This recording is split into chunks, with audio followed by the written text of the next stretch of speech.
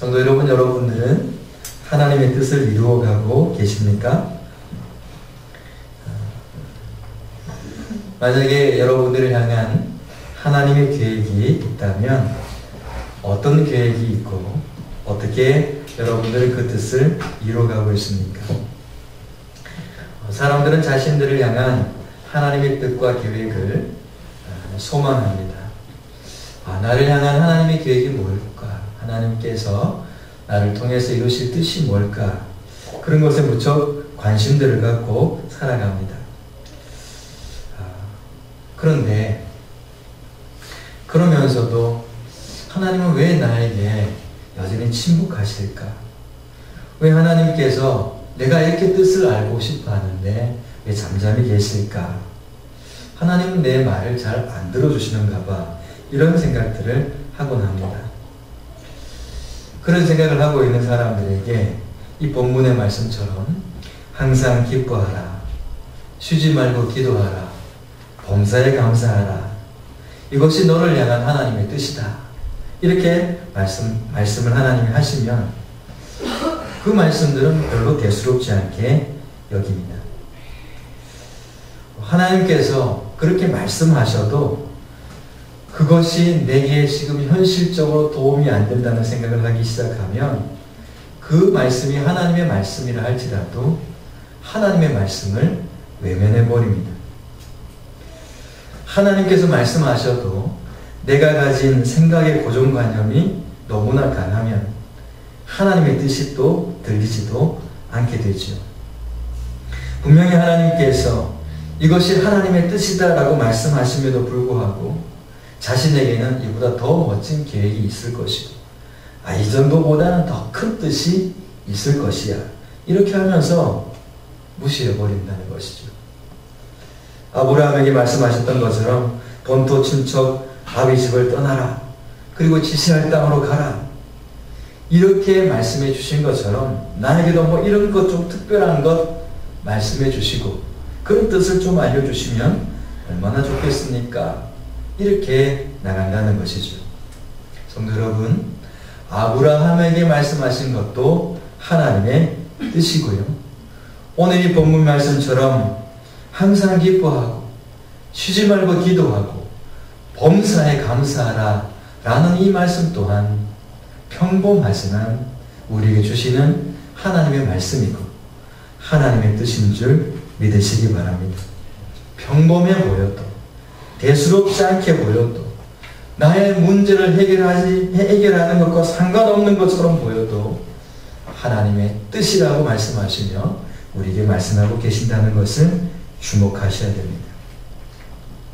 혹시나 외면하고 흘려버렸던 그런 하나님의 말씀들이 있다면 오늘 이 밤에 그 말씀들을 회복하고 선명하게 내 삶의 이정표로 다시 찾게 되고 재발견하는 그런 밤이 되기를 축복합니다. 우리를 향한 하나님의 뜻은 항상 기뻐하는 것입니다. 목사님, 기뻐할 일이 세상에 어디 있습니까? 세상살이가 어떻게 기쁜 일들만 있습니까? 하나님께서 기뻐하라는 것은 명령이기도 합니다. 하지만 이 기쁨이라는 것이 강요한다고 되는 것이 아니잖아요. 하나님께서 주시는 기쁨은 자발적인 내 영혼의 감동으로 되어지는 것이거든요. 그래서 아무리 강요해도 제가 몇 번이나 기뻐하세요, 기뻐하세요 서로 쳐다보면서 그렇게 이야기를 해도 이게 기쁨이 오지 않는다는 것입니다. 이 기쁨은 성령의 열매 속에도 있지요. 희락이 바로 그 기쁨입니다. 이 희락의 기쁨은 성령님께서 내주하시는 가운데 자발적으로 자연스럽게 내 삶 속에서 나타나지. 그래서 자연스러운 흘러넘침입니다. 억지로 부어서 넘치게 하는 것이 아니고 마치 물방울이 이렇게 봉달샘에 한 방울 한 방울 이렇게 떨어지면 그 물이 한 방울 한 방울 모여서 가득 차게 되면 물이 흘러넘치잖아요. 계속 이렇게 흘러가는 것처럼 그 기쁨, 그 희락이 계속적으로 흘러가는 것이죠. 기뻐해야지. 오늘부터 내가 기뻐하기로 결심하겠노라. 그렇게 해서 기뻐하게 되는 것은 아닙니다. 환경에 지배되지 않고요. 사건에 매이지 않는 초월하는 그런 기쁨이 오늘이 기쁨인 것을 말씀하고 있습니다. 이 기쁨은 내 힘으로 길러낼 수 없습니다. 이것은 예수님을 만날 때 이루어지게 됩니다.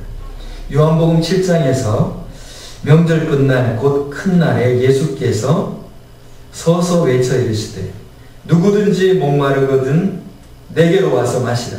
나를 믿는 자는 성경의 이름과 같이 그 배에서 생수의 강이 흘러나오리라. 나를 믿는 자는 누구든지 내게로 오라. 나를 믿는 자는 성경의 이름과 같이 그 배에서 생수의 강이 흘러나오리라.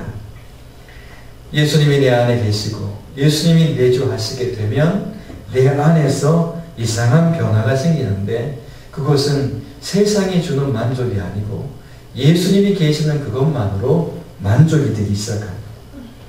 내 영혼에 예수님으로 인한 만족이 생겨나게 되면 그때 그 속에서 나타나는 것이 기쁨입니다.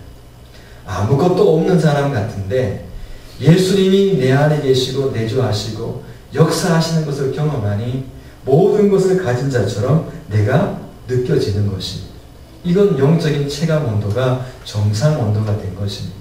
그런 사람들에게 나타나는 것이 바로 기쁨이라는 것입니다. 문제투성이 속에서 또 현실적인 우겨싸임 속에서요. 아랑곳하지 않고 생겨나는 그런 기쁨이죠.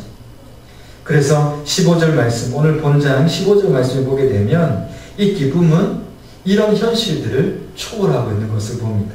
그 현실들이 어떤 것이냐면 15절 말씀입니다. 삼가 누가 누구에게든지 악으로 악을 갚지 말게 하고 서로 대하든지 모든 사람을 대하든지 항상 선을 따르라. 악으로 다가오는 사람들이 있습니다. 사회생활 하시다 보면 뭐 그런 사람들이 있잖아요. 나는 잘해주고 싶은데 자꾸만 그렇게 다가오는 사람들이 있습니다. 근데 그들에게 선을 행한다. 이게 성도의 삶이잖아요. 근데 그 선을 행하는데 그냥 그래 내가 예수 믿으니 내가 한번 해준다 그런 개념이 아니고 그런 마음의 태도가 아니고 내 안에서 기쁨으로 그 일들을 행하게 되는 것입니다. 자, 원수가 있습니다. 원수에게 선을 행하는 것만 해도 원수를 원수로 갚지 않고 선대하는 것만 해도 대단한 건데 그렇게 하는 내가 기쁜 것이에요. 언제까지요? 언제까지 기뻐해라 그랬습니까? 원수가 나를 사랑할 때까지요? 아니에요. 원수의 태도와는 관계없이 항상 기뻐하라. 여러분 가능하실까요, 여러분? 근데 우리에게 하나님께서 세상이 줄 수 없는 그것을 우리에게 주십니다. 세상의 그 어떤 것과 싸워도 대항력이 있는 그런 하늘의 것을 우리에게 주시거든요. 세상의 사람들이 갖는 그런 기쁨 정도가 아니라 어떤 상황 속에서도 주어지는 원수에게 선대하면서도 주어지는 그 기쁨을 하나님은 차별화시켜서 우리에게 주신다는 것입니다.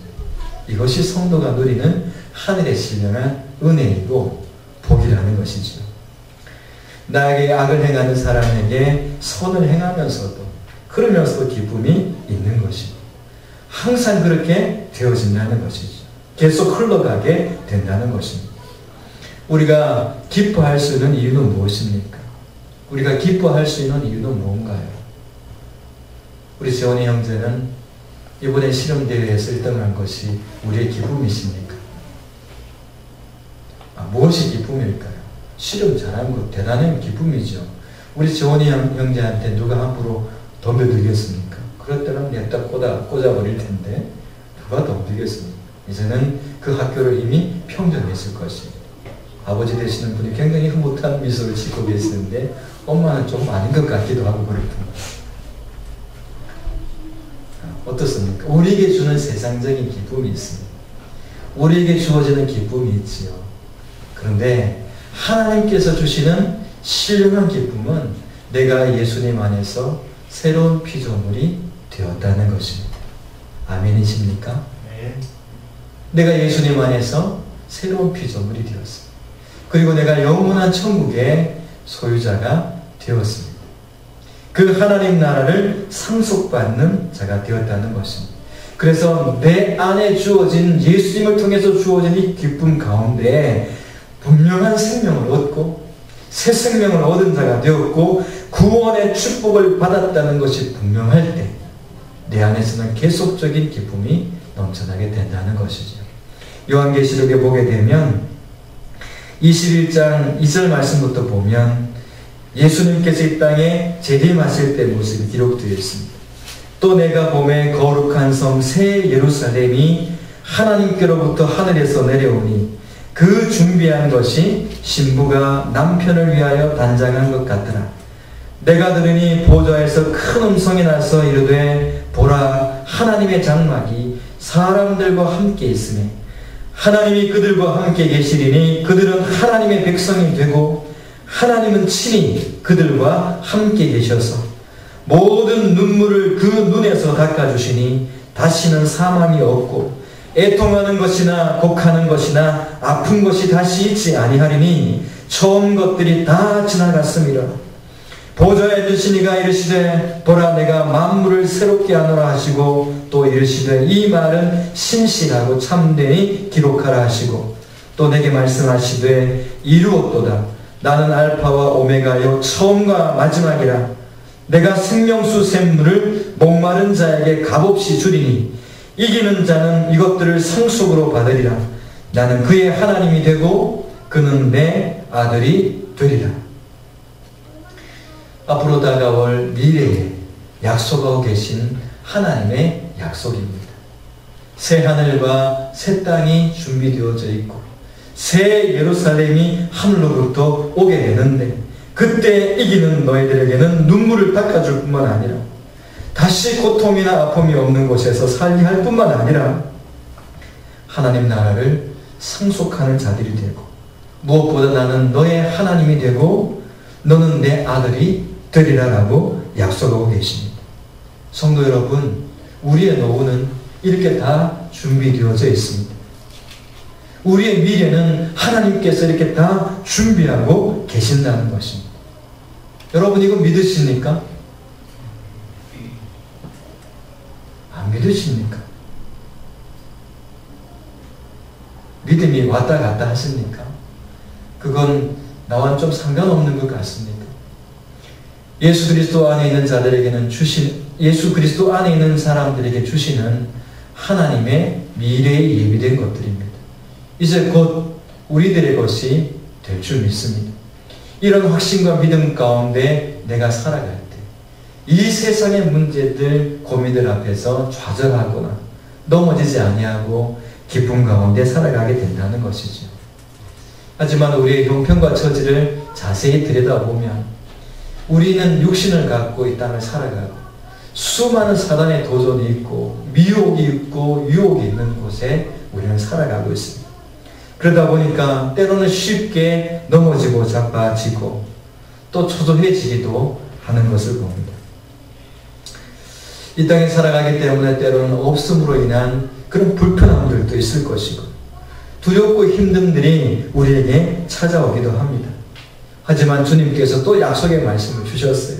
고린도후서 6장의 말씀을 보게 되면 미래뿐만 아니라 지금 현재 내가 살아가는 날 동안에 비록 없고 모자라고 부족한 것 같지만 그렇지 않은 자라고 하나님은 우리에게 분명하게 말씀하고 계시는데요. 무명한 자 같으나 유명한 자요, 죽은 자 같으나 보라 우리가 살아있고 징계를 받은 자 같으나 죽임을 당하지 아니하고 근심하는 자 같으나 항상 기뻐하고 가난한 자 같으나 많은 사람을 부유하게 하고 아무것도 없는 자 같으나 모든 것을 가진 자로다. 하나님께서는 우리를 이렇게 보고 계신다는 것입니다. 이렇게 말씀하시는 하나님은 우리에 대한 어떤 것을 준비하고 계실까요? 하나님은 하나님 스스로 이렇게 말씀하셨습니다. 나는 여호와 이레의 하나님이다.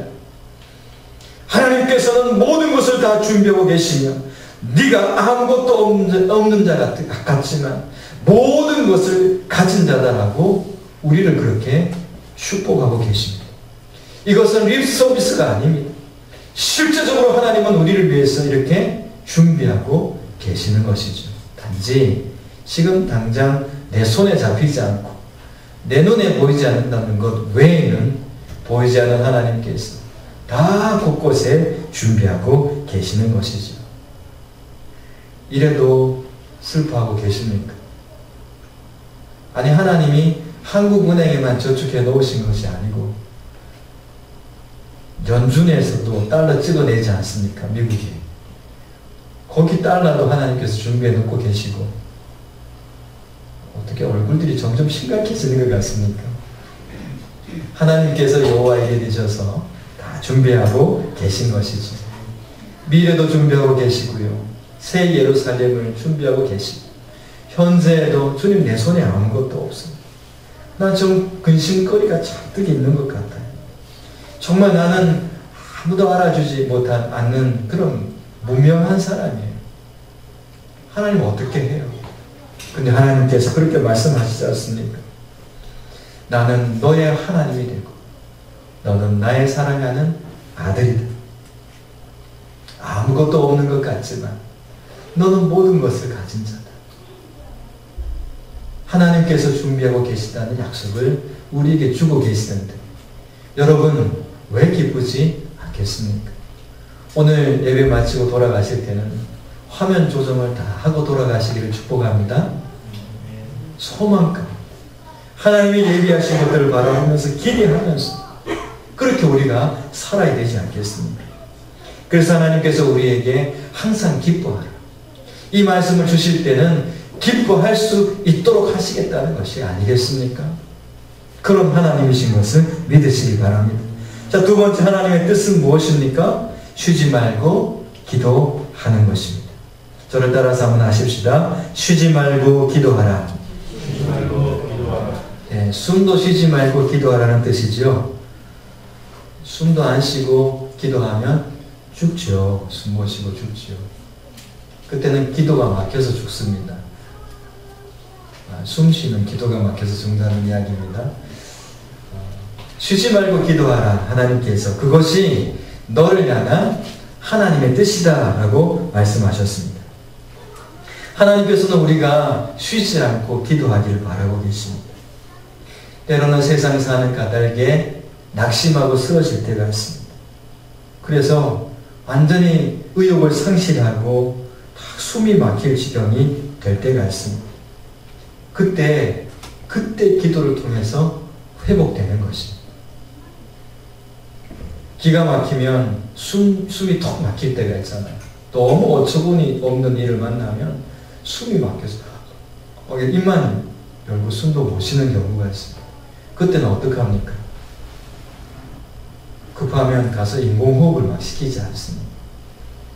기도는 뭐냐 하면 세상에 너무 일들이 너무나 내 마음을 짓눌러 너무 답답하고 너무 숨 막히는 일들이 있었어요. 내가 숨을 못 쉴 지경이 되어버렸어요. 그때 내가 헉헉하고 있을 때 예수님께서 오셔서 인공호흡 시켜주시는 것입니다. 숨 쉬도록.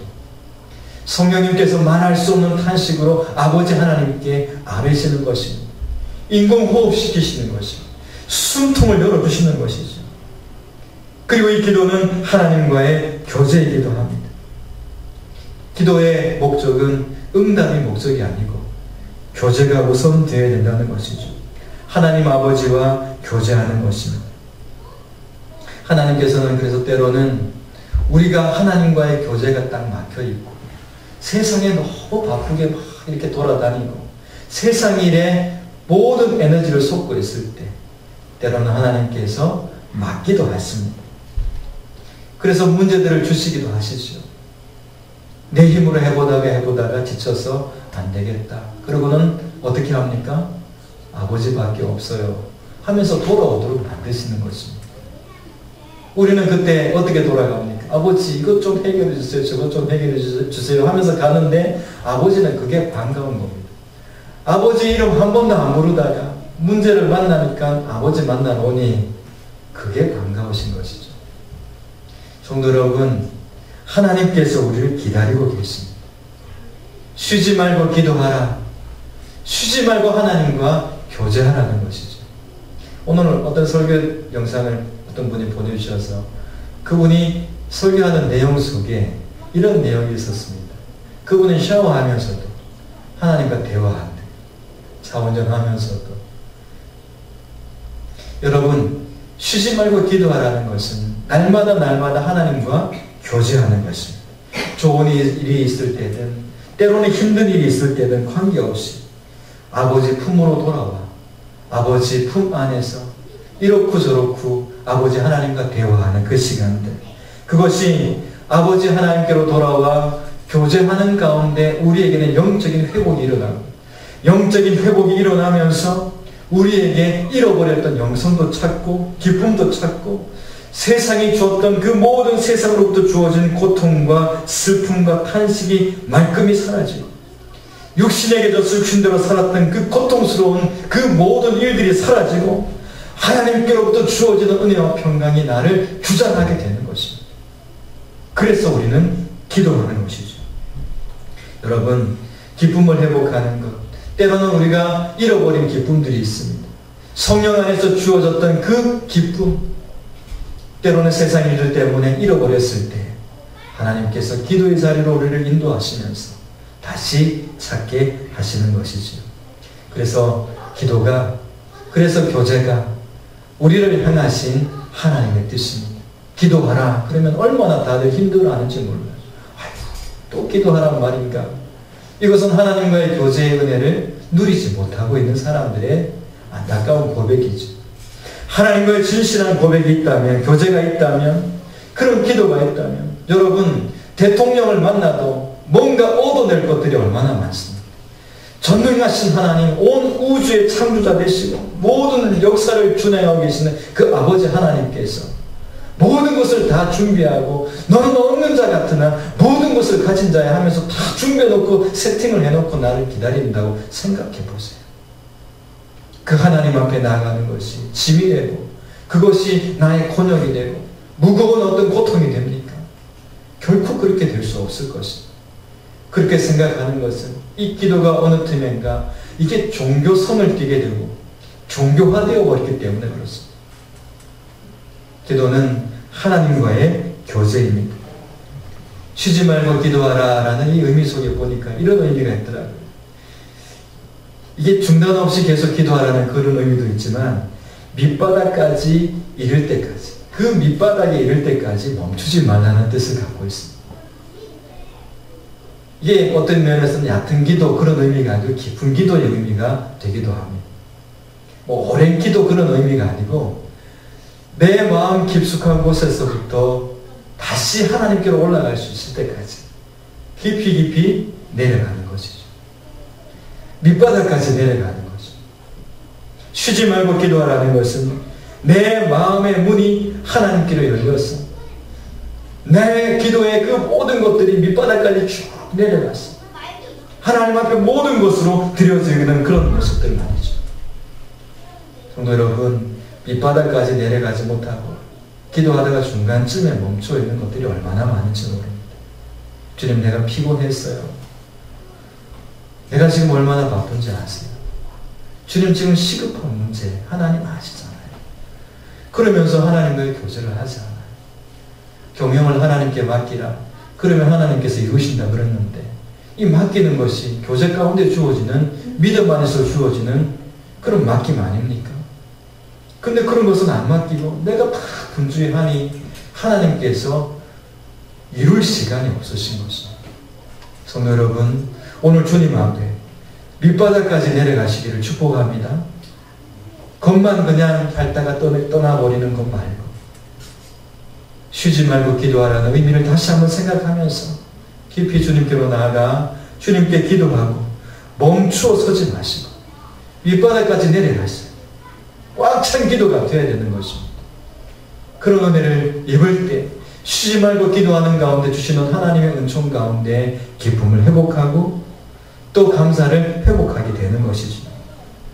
그리고 기도하라는 그 의미 속에는요, 또 이런 의미가 있더라고요. 기도하라는 그 의미 속에는 내가 원하는 것을 구하는 나의 기도가 있습니다. 하나님 이거 필요해요. 저거 필요해요. 이것 주세요. 저것 주세요. 이런 거 있잖아요. 근데 여기 이 말씀 속에서 말씀하시는 쉬지 말고 기도하라는 이 기도하라는 것은 그건 내가 알아서 할 테니까. 그건 다 이방인들이 구하는 것이니까. 너는 먼저 그의 나라와 의를 구하려니. 이런 뜻을 갖고 있습니다. 하나님의 뜻을 구하는 기도를 하라라는 그런 의미가 있습니다. 기도하라라는 기도를 하라고 했더니 주세요 주세요 하니까 하나님께서 오죽 답답했으면 그건 이방인들이 구하는 것이니까 그거 구하지 말고 그건 알아서 내가 다 줄 테니까 너희는 먼저 그의 나라와 의를 구하라. 이렇게 우리에게 말씀하시는 것이죠. 그러면 모든 것들을 하나님께서 더하여 주시는 것이죠. 우리가 하나님의 뜻을 구하고 의를 구하면 하나님께서 그때 우리의 필요를 채워주시죠. 여러분들의 필요가 뭡니까? 오늘 밤에 그 필요도 구하세요. 때로는 어린아이처럼 하나님 앞에 구하셔야 됩니다. 하지만 오늘 하나님의 뜻은 더 깊은 뜻이 있는데 그것은 하나님의 뜻을 구할 때 그 모든 필요를 하나님께서 채우신다고 약속하고 계시니 그 믿음을 가지고 정말 하나님의 뜻을 구하는 그런 기도가 된다면 더하여 주시는 채우심을 우리는 경험하게 될 줄 믿습니다. 빌립보서 4장에 이렇게 말씀하셨죠. 아무것도 염려하지 말고 다만 모든 일에 기도와 간구로 너희 구할 것을 감사함으로 하나님께 아뢰라. 그리하면 모든 지각에 뛰어난 하나님의 평강이 그리스도 예수 안에서 너희 마음과 생각을 지키시리라. 하나님께서 우리가 하나님의 뜻을 구하는 기도로 하나님 앞에 나아갈 때 주시는 응답이 어떻게 나타납니까? 내 마음속에 평강으로 나타나는 것입니다. 여러분 마음속에 깊은 밑바닥까지 가서 기도할 때 하나님께서 여러분에게 평강을 주신다면 응답받은 줄 믿으시기 바랍니다. 하나님께서 여러분들에게 더하여 주시고 채워주시고 내가 억지로 만들어내는 그런 인위적인 평강이 아니고 인위적인 확신이 아니라 그 밑바닥까지 내려가는 멈추지 않고 내려가는 기도를 통해서 주시는 분명한 평강을 받을 때 여러분 그때는 정말 기뻐하셔도 되는 것입니다. 우리가 기도한다는 것은 뭡니까? 하나님께서 이 평강으로 응답 주신다는 확신이 있기 때문에 우리가 기도하는 것 아니겠습니까? 그러면 이 응답은 언제 받는 것입니까? 하나님의 평강은 언제 임합니까? 하나님 앞에 믿음으로 지금 여기에서 주님 앞에 믿음으로 기도의 자리에 나아갈 때 이 자리에서 받는 것입니다. 다음 주 금요일 날 받기를 간절히 원하십니까? 그러면 안녕히 돌아가시기 바랍니다. 하나님의 평강은 오늘 우리가 아무것도 염려하지 않고 주님 앞에 감사함을 아릴 때 분명히 네 마음과 생각을 지키시는 그런 하나님의 평강이 우리에게 임한다라고 분명히 말씀하고 있지 않습니다. 하나님의 평강이 임하는 것은 우리에게 찾아온 그 모든 불확실한 것들에 대한 분명한 하나님의 확신이고 성령님의 도전인 것입니다. 그렇게 되면 평강이 오게 되면 그 다음 나타나는 것이 감사가 나오게 됩니다. 그래서 범사에 감사하게 되는 것이죠. 이 범사라는 뜻은 그런 뜻입니다. 모든 상황 속에서 언제든지 여러분들의 상황이 지금 어떻습니까? 오늘 있었던 일들을 한번 간증하십시오 하고 누군가를 초청하면 여러분 중에 나와서 어떤 이야기를 할 것 같습니다. 말씀을 전하다가 여러분의 이런 얼굴과 표정들을 이렇게 제가 이렇게 봅니다. 어떤 때는 막 좋은 척 하면서 막 이렇게 하기도 하는데 그 좋은 척 하는 표정 속에 눌려있는 그 아픔들을 제가 보기도 하고요. 여러 가지 것들을 저는 생각을 하게 됩니다. 이 세상 살아가기가 그렇게 쉽지 않아요. 그렇지만 오직 평강은 하나님께로부터 주어지게 됩니다. 이 세상 살아가는 날 동안에 우리에게는 계속적인 파고가 있을 것입니다. 하지만 하나님의 사람들은 범사에 모든 상황 속에서 언제든지 감사하는 자가 되는 것입니다. 그래서 범사에 감사하는 것이 하나님의 뜻이다라고 말씀하고 있습니다. 이 감사라는 이 말을 봤더니요, 이 말씀이, 이 감사라는 말은 오직 하나님께만 사용된 그런 단어더라고요. 하나님의 은혜를 받은 백성들이 하나님께서 약속하신 것을 이루어 가시는 것을 보면서 하나님 감사합니다, 이렇게 고백하는 것이거든요. 그러면 하나님 감사합니다, 은혜 베풀어 주시고 여러 가지 모든 것들을 채워주시니 너무 감사합니다, 이렇게 하면서 감사하는 그들의 마음의 내면에는 뭐가 있냐면, 하나님 감사의 조건들을 허락해 주셨으니 이제는 제가 감사하며 살겠습니다, 이런 것입니다. 자녀들이 어버이날 뭘 하나 가져와서 선물을 부모님한테 주면서 뭐라고 합니까?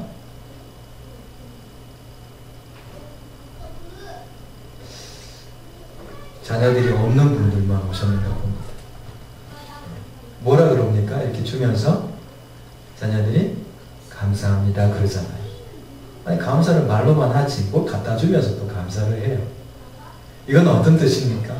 내가 하나님께서 내게 베푸신 그 모든 은혜를 생각하니 이제는 내가 하나님의 감사가 되는 삶을 살아가겠습니다. 내가 하나님의 영광을 위해서 하나님께서 내게 베푼 것에 걸맞는 삶으로 내가 살아가겠습니다. 이것이 감사합니다라는 고백 속에 있더라는 것입니다. 하나님의 선하신 뜻을 내가 보게 되었고 이제 그것을 통해서 내가 감사하는 삶으로 삶의 모습이 그렇게 되어져 가는 것이죠. 그래서 이 감사합니다라는 고백 속에는 그런 헌신과 주를 위한 기꺼이 베푸신 은혜에 대한 표현들이 분명히 있게 되는 것이죠. 감사가 없는 곳에는 원망과 불평이 찾아오게 되어 있습니다. 원망과 불평은 항상 그림자처럼 곁에 있습니다. 그래서 조금만 어떤 일들이 생기면 이 그림자가 실제처럼 나타나기도 하죠. 이스라엘 백성들이 40년 동안 광야 생활을 했습니다. 그들은 그곳에서 수많은 어려움을 겪었죠. 홍해를 만나기도 했고요, 마실 물이 없기도 했고요, 춥기도 했고 덥기도 했고 먹을 것이 없기도 했습니다. 뭐 보호 장비가 있었겠습니까? 그런 어려운 시간들을 그들은 보내게 됩니다. 근데 그들이 어려움을 만날 때마다 뭘 하느냐 하면 원망과 불평을 하는 것입니다. 그 사람들이 그렇게 원망을 하고 불평을 했던 이유가 뭡니까? 환경이 어려워서 그랬을까요? 그게 아닙니다. 그 사람들이 원망하고 불평했던 것은 그들이 왜 그 광야에 있는지를 몰랐기 때문에 그렇습니다. 하나님께서 왜 우리를 광야로 이끌어가고 계시는가를 몰랐기 때문에 광야로 이끄시는 하나님의 은혜를 모르고 광야로 이끄시는 하나님의 섭리를 모르고 하나님의 계획을 모르니까 문제가 생길 때마다 원망하고 문제가 생길 때마다 불평한 것이죠. 그 문제 속에 그 어려운 환경 속에 하나님의 섭리와 인도하심이 있다는 것을 깨닫지 못하니까 은혜를 모르니까 감사가 나오지 못하고 그때마다 불평과 원망을 쏟아놓는 것을 봅니다. 감사가 없는 곳은 바로 이런 이유 때문입니다. 하나님의 은혜가 내 마음속에 간직되지 않으면 그곳에는 감사가 없습니다.